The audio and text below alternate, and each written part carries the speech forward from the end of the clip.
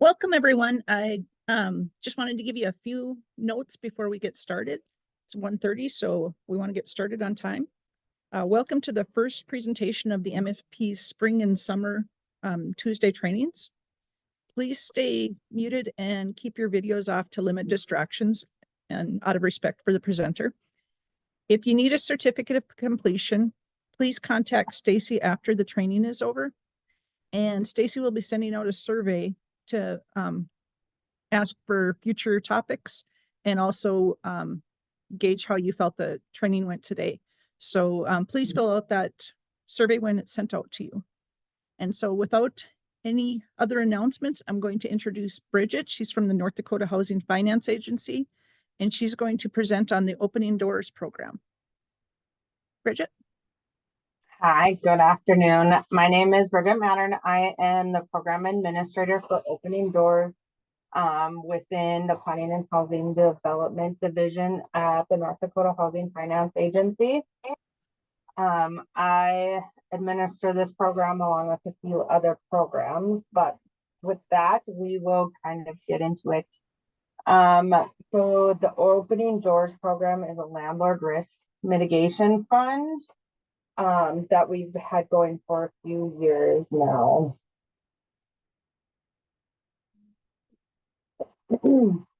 So our Opening Doors program provides participating households with the opportunity to access housing while protecting the property and investments of owners and landlords.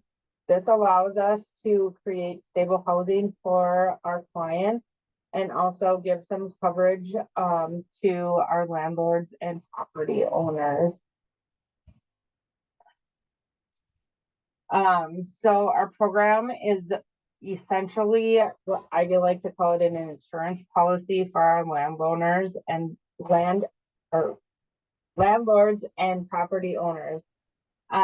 So what it does is it gives a coverage of up to $2,000 for up to 18 months to protect against any damages or lost revenue from taking our higher risk clients in.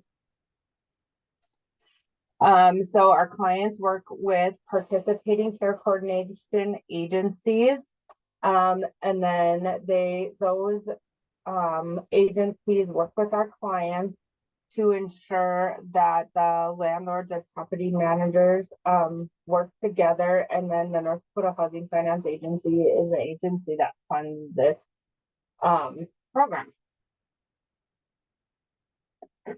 So our providers' responsibilities are to identify households that they're working with that could be eligible for our services. They assist clients in finding appropriate housing and landlords that are willing to work with them and take them with this insurance.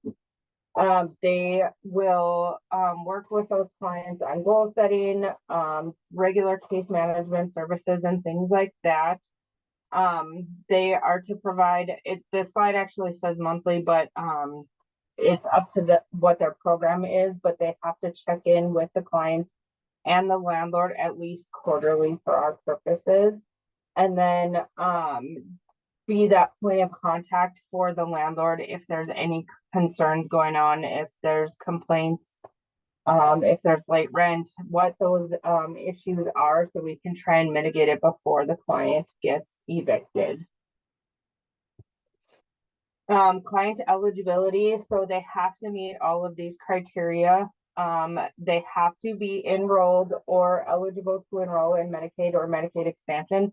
So what we're looking for is that they're either on Medicaid or that they have applied for Medicaid.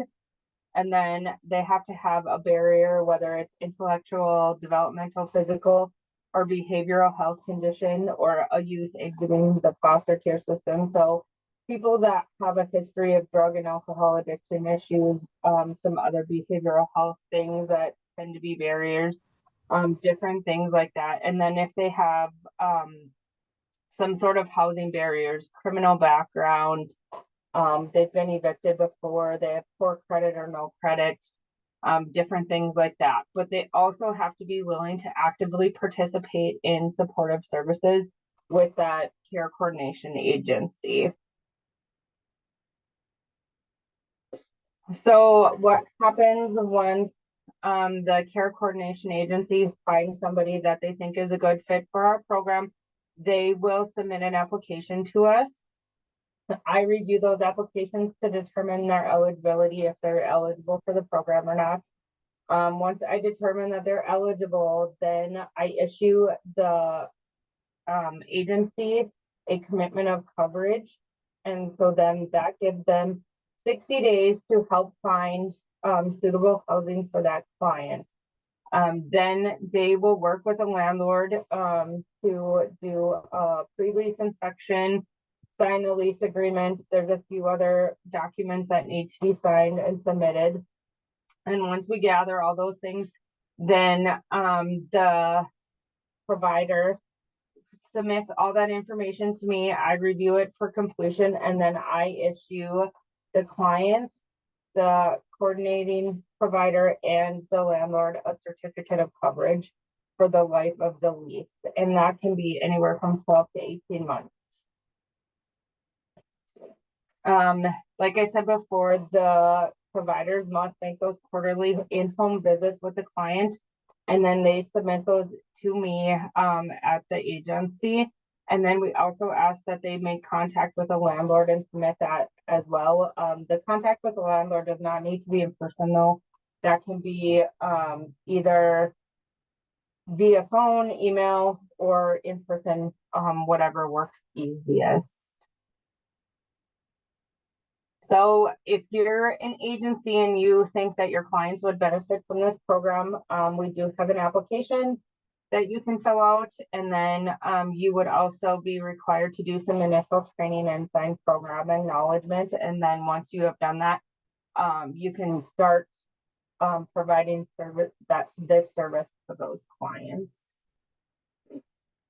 Landlords, we just ask that they allow the pre-lease inspection, help complete the moving condition report, execute that lease. If there are any concerns that come up with the that you're reaching out to the provider, just so we can try and mitigate issues before it becomes up to the point where they need to be evicted. Participate in those quarterly contacts, and then once the life of the lease is over, even if the client is staying, we would just ask to do the final inspection report. If they're moving out, you would complete that anyways as they move out, but if they're choosing to stay and things have worked out well, we would still just ask that that's completed. Some of the things that our coverage can cover is excessive damage. So damage that's over the normal wear and tear of somebody moving in and moving out of an apartment. The maximum claim that can be reimbursed cannot exceed $2,000. And that dollar amount will be reduced by the security deposit. And then some of the items that may need to be replaced could be depreciated based on the average life calculation of that. We also cover lost revenue. If like you have legal costs due to evictions that's owed but hasn't been collected, if it has a longer period for turnover, because the tenant broke the lease and there's some other issues there, and then possible utilities depending on the lease terms can all be eligible for claim. Housing providers, landlords, you can just we ask that you consider accepting these clients. Sometimes I know it's hard given some of the background, but on a case-by-case basis, especially with those supports there with the care coordination agency, could just be open to possibly taking some of our clients. And if you're interested in becoming a participating landlord, we have an application for that as well. And you can just reach out and contact myself for that. Bridget, we have a quick question. Yeah. Can this be used for public housing and Section 8, or is it just for market units? We have clients that do go into public housing, so it can be used for that as well. Any other questions? Not yet. Okay. This is just some HUD guidance on when there's consideration of who you're taking for your property and trying to decide who poses the most threats and who you could take a chance on safety. And basically just being consistent all the way around. And like I said, these are some more just mitigating circumstances. The biggest thing I think is just like being able to have a little bit of insurance with this program and the case coordination to help our clients become housing stable and yeah, just giving them a chance. So I kind of went through that really fast. Talk too fast sometimes. But if there's any questions out there, you feel free to ask. Yeah, I don't have much else. If there's a agency that wants to be a provider, we do a separate provider training for that. So we would do the provider training and then issue the certificates that they completed the training, and then they could start working with clients to refer them to our program. So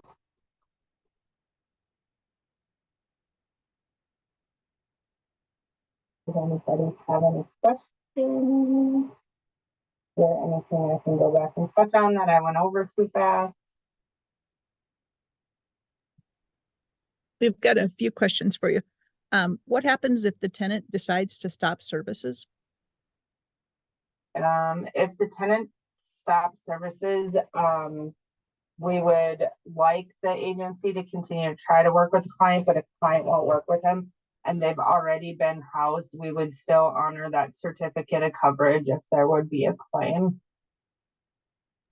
Okay. And then this one's similar, but what if the client does not follow through with requirements? Yeah, the same thing would apply. We would just ask that the provider still try to reach out and work with the client. And if the client is done and no longer in the apartment, like I said, we would honor the certificate of coverage and provide assistance if there's a claim.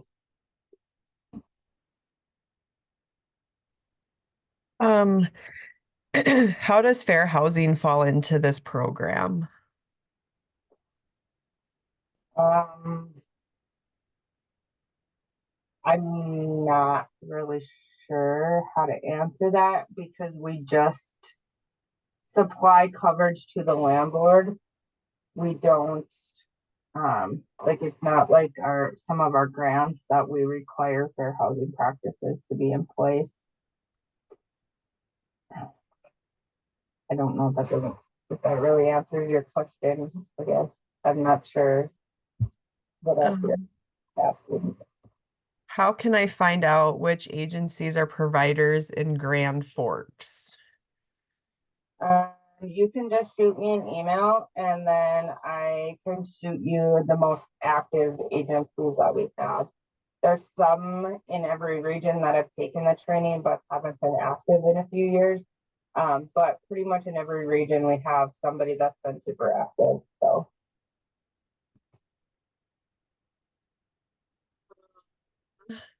Can this be used with like the North Dakota stabilization housing as well?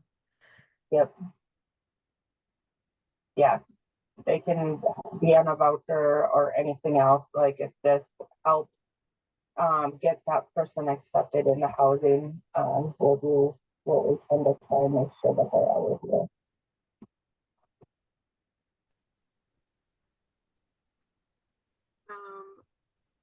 Can you Do you help sex offenders? If so, high risk sex offenders? Yep, that is a housing barrier and they would be eligible for the program.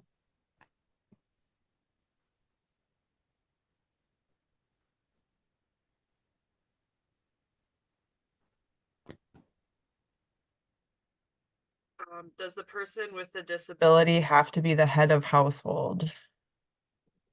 No, they do not.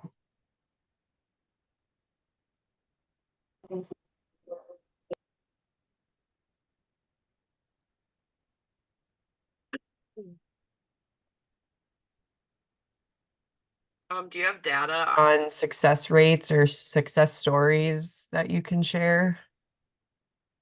I do not have hard data with me. I do know I've only been with North Dakota Housing Finance Agency since January, and since I've been there, we've had one successful person complete the program. We have probably 10 or 12 that are on the program right now that are actually that have been housed. And so far we haven't had any housing concerns with any of them. I probably have 20 of them plus that are actively looking for housing, but haven't found anything yet. It's probably, I don't have like a good number to give you, but I see more applicants come through that are unsuccessful at this point of finding housing than that are. But with that being said, we have also found a few landlords that have been more willing to take chances on some of these. And so we have been successfully housing more clients in the last couple of months with this program than we've had in the past. So I think the biggest thing is trying to get landlords on board and willing to work with us on some of these cases. But Is that the biggest barrier with them, those that are looking for housing and not being able to find it, is the landlords not being willing to accept them? yep, that they struggle with landlords being willing to accept them, and then but like a good thing is we haven't had to pay out a claim since 2019. So before I came on, I'm not sure how many people have gone through the program, but we have not paid a claim since 2019. So I think one of the strongest things with this program is them working with the providers and having that case management for a year or up to 18 months to help keep the stability. What is the greatest need in regards to housing? Example, like apartment sizes. That I can't, for like the clients that I'm seeing come through with the program. Yeah. Occasionally we'll get a family. It could be, I think the biggest family I've seen is 6, but for the most part, it's one person households. They're just getting out of jail or have had some criminal background issues and things like that. So they're having that harder time getting housing. A lot of them do, they won't even qualify for a voucher because they have a job, but they just really struggle getting the housing due to their criminal background.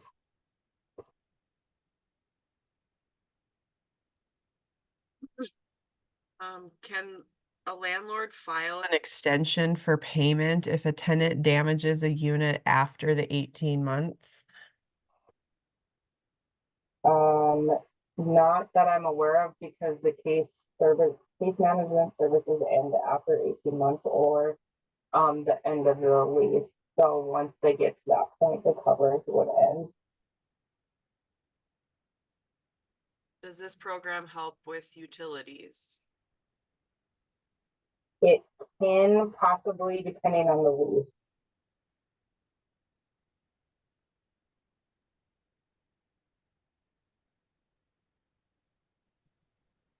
This is Cheryl. I'll just throw in a little bit while we're waiting for more questions.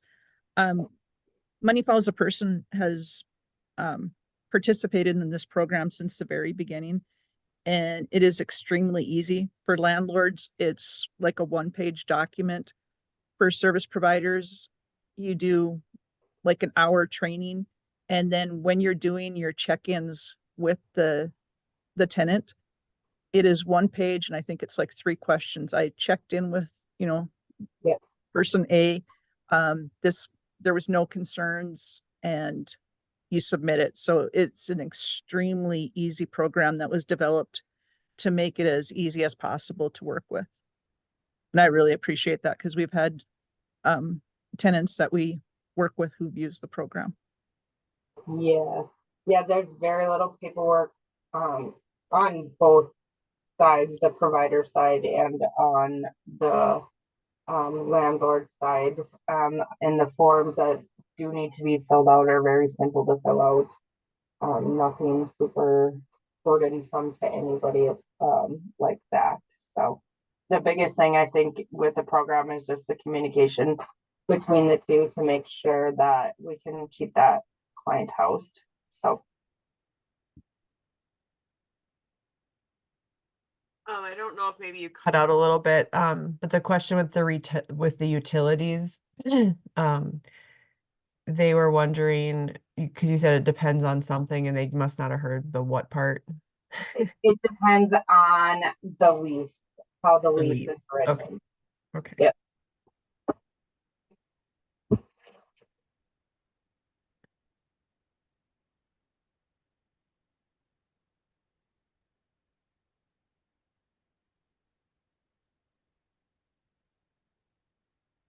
Are there any other questions or comments? Oh, let's see here. We got a couple coming in. If we would like a list of landlords that are participants of this program in our areas, can we just email you and you are able to send us that list? Yep. Yep, we can do that. And is there a max that the program will pay towards rent? The max claim amount is the $2,000. That's for damages and over lost rent. And if you are a provider and you find a unit for somebody that you're working with, feel free to share the paperwork about opening doors just as another tool in the toolbox. And then if you're a landlord and you're needing help filling units, reach out because we have a lot of people that are looking for units, and the opening doors, if you're willing to participate, we could help you with people. Yes, for sure. And if you're a provider and you find a landlord that's willing to work with the program, definitely send them our way if they're interested in being a provider.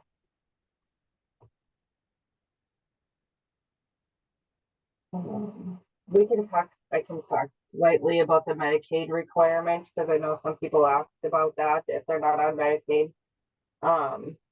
Medicaid is a requirement due to some of how it's funded. I think Cheryl, you might have to correct me because I'm not 100% sure, but I believe Money Follows the Person was involved when the program was created and there were some Medicaid dollars that were used. And that's why the Medicaid requirement is attached. Yeah, the money that started the fund was from rebalancing dollars with the Money Follows a Person program. And so it has a requirement that the person has to be on Medicaid or eligible to be on Medicaid.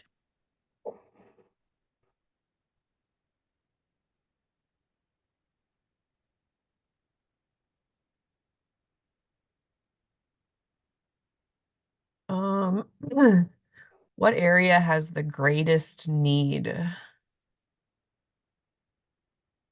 For the most part, I see a lot of ground fork, a lot of Minot, a lot of some Bismarck, but not as much as the other two.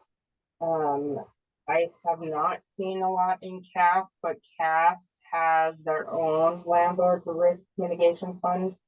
So I think that we don't see a lot from CAF due to that. But I would say your 4 major cities.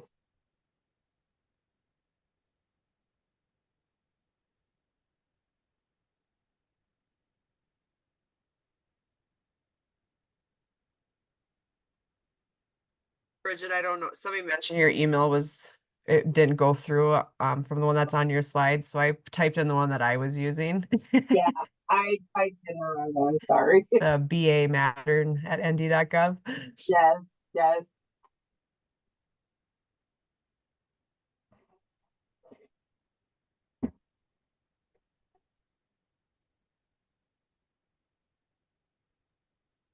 Bridget, do you have a story that really sticks out to you where somebody was able to get housing and how it changed their lives? You know, I'm gonna stop sharing this thing.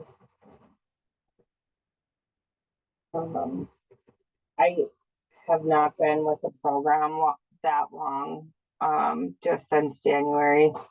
But to see, like, we had one that was able to, he went completely through the opening doors program. He made it 12 months. His check-ins were always good with his landlord. And he and the landlord decided that it would be best if he would just stay in that unit. So he did not move out. They have a good working relationship. He just needed that second chance to get housed and have stability. And now, like, I think we're at 16 or 17 months later, he's still in that unit. So I think a lot of people just go through some bad things in their life and they need that second chance and somebody to believe in them with a little bit of extra supports. And he was able to get that and successfully complete the program.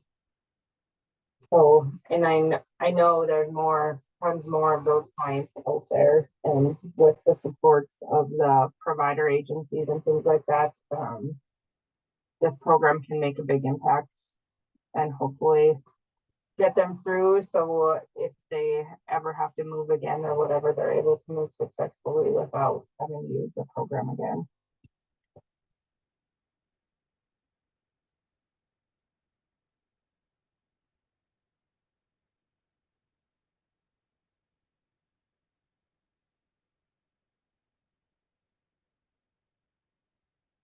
Any other questions or anything?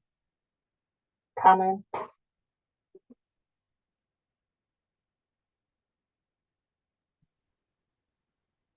That looks like it's the end of the questions. So thank you so much, Bridget. We really appreciate you taking the time to join us. And I'll turn it over to Kylie for closing announcements. Thank you. Yes, thank you, Bridget. Thank you all for attending the first session of our spring round of trainings. Again, if you need a certificate of completion, please email Stacy and she'll get that out to you. This was recorded, so if you know of anybody that missed it, the recording will be sent out probably in a couple days. Next week, we have Fair Housing with Department of Labor. That one, I believe, is a 2-hour training. So it'll be from 1:30 to 3:30 next week. Again, if you have any topics or anything you'd like to be presented on, please let me know. We do have a couple openings in June. So thank you again, and we'll see you all next week.